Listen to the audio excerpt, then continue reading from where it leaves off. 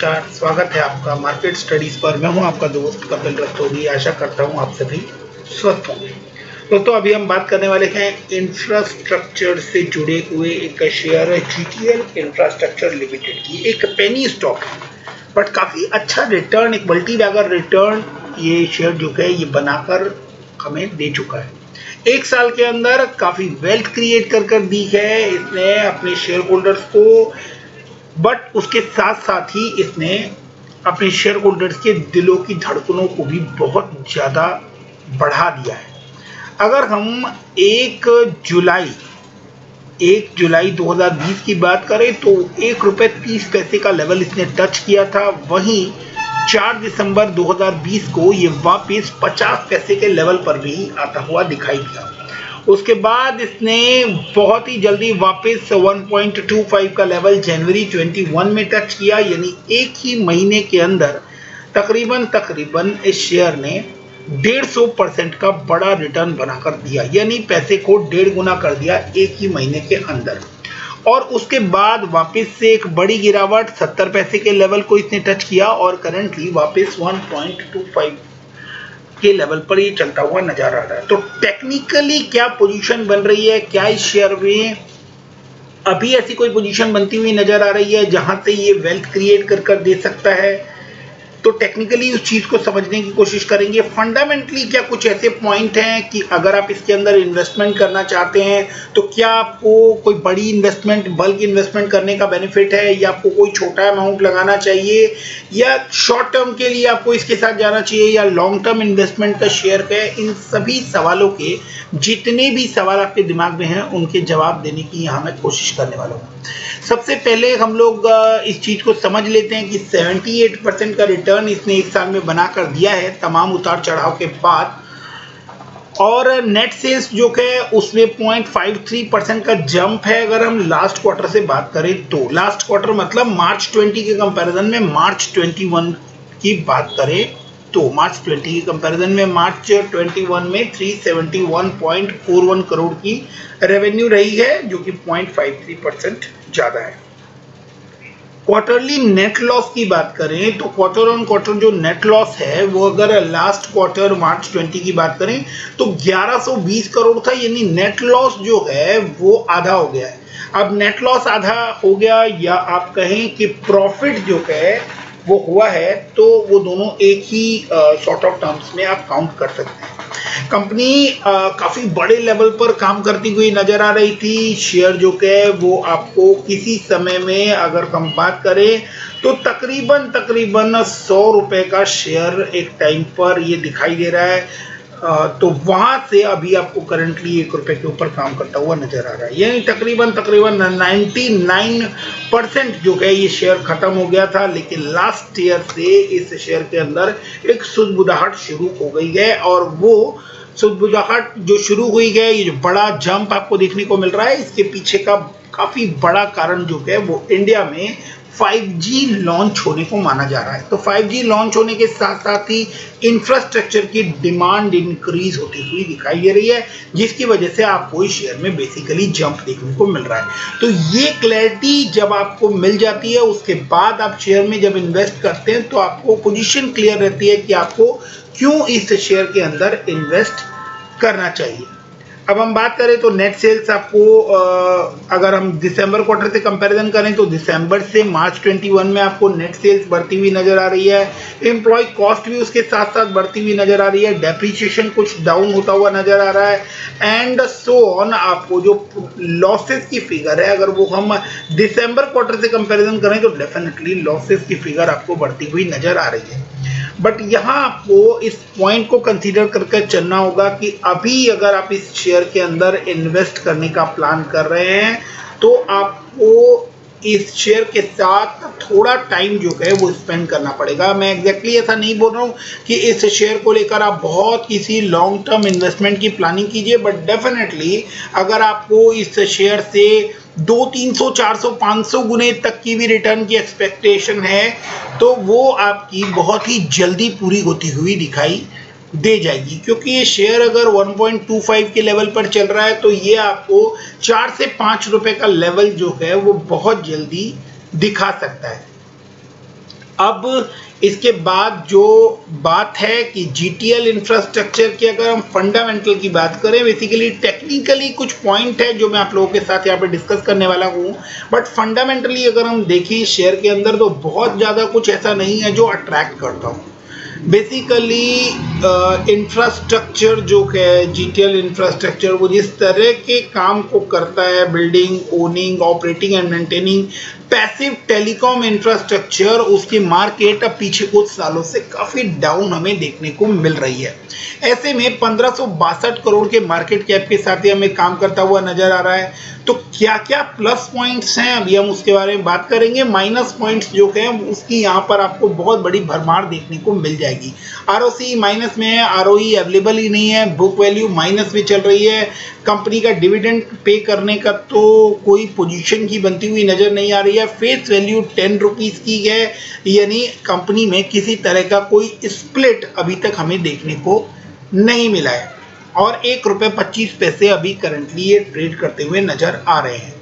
अब यहाँ जो डेट की फिगर है वो 739 है और जो कि एक इम्पॉर्टेंट फैक्टर प्ले कर रही है। अब हम बात करें इनके सेल्स लाइन के बारे में, तो टॉप लाइन अगर आप देखेंगे तो मार्जिनली आपको टॉप लाइन जो है वो पीछे 4 क्वार्टर से आपको इंक्रीजिंग नजर आ रही है, जो कि एक प्लस पॉइंट, एक पॉजिटिव पॉइंट है इस कंपनी के साथ कि टॉप लाइन एटलीस्ट जो सेल्स लाइन है वो कंटिन्यूअस इंप्रूव होती हुई नजर आ रही है।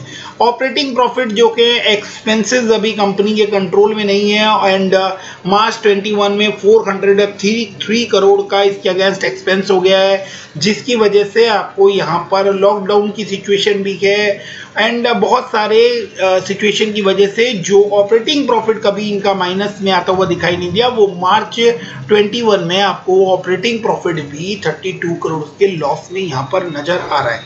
अदर इनकम की बात करें तो अदर इनकम में जो कि 351 करोड़ का लॉस यहाँ पर रिपोर्ट हुआ है, जिसकी वजह से आपको यहाँ पर 683 करोड़ का लॉस देखने को मिल रहा है।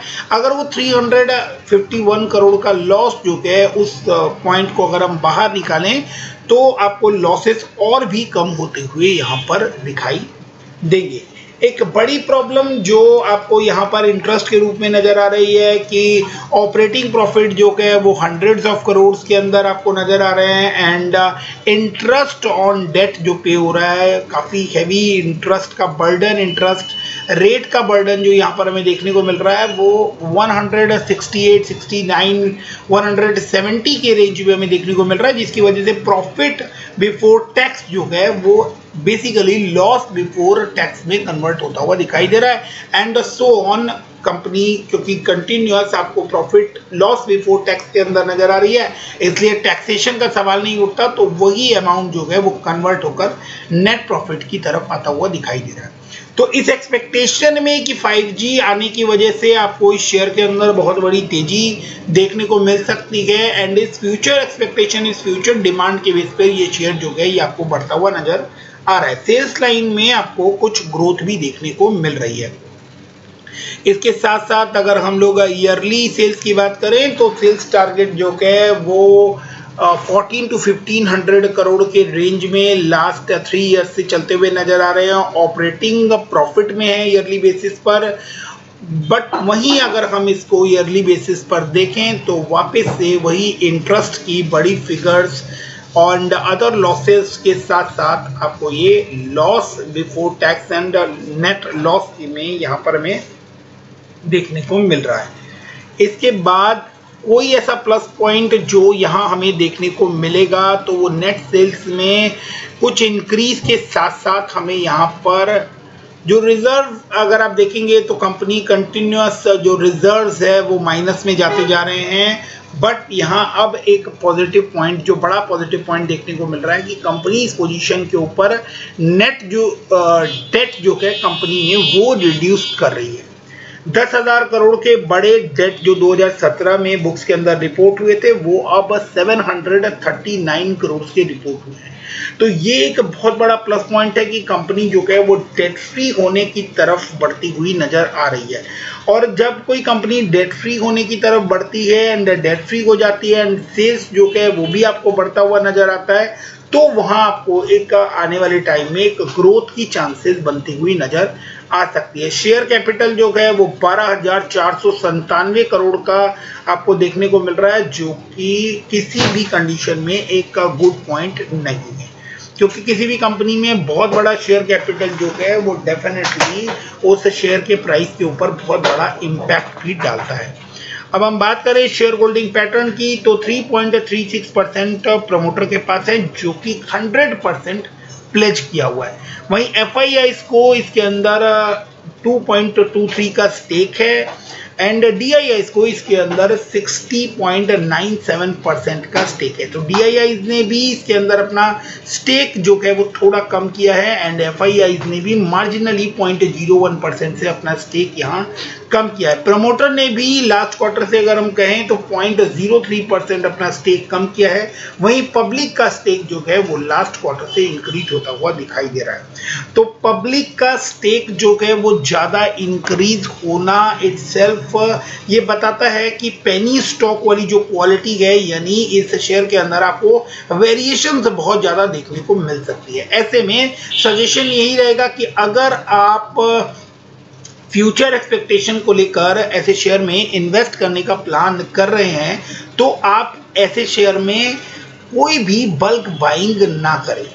एक छोटा सा अमाउंट जो है वो आप इसके अंदर टेस्ट बेसिस के ऊपर लगा सकते हैं and keep it on watch. इसको आप वॉच लिस्ट में रख सकते हैं शेयर को, और जैसे जैसे आपको इसके अंदर इम्प्रूवमेंट होती हुई दिखाई देती है, यानी अपने डेट कम कर रहे हैं एंड सेल्स जो है अगर वो 1-2 क्वार्टर्स में आपको सेल्स इंप्रूव होती हुई नजर आती है, लॉसेज इसी तरह से और कम होते हुए नजर आते हैं, देन आप इसके अंदर ग्रेजुअली अपनी पोजीशन को बढ़ा सकते हैं। अब लास्ट कारोबारी दिन यानी फ्राइडे के दिन अगर हम इसके कारोबार को देखें तो 53% की बड़ी परसेंटेज में डिलीवरी उठती हुई हमें दिखाई दे रही है। यानी कंपनी को लेकर, शेयर को लेकर जो पॉजिटिविटी है, जो एक्सपेक्टेशन है, वो अभी भी बहुत हाई है।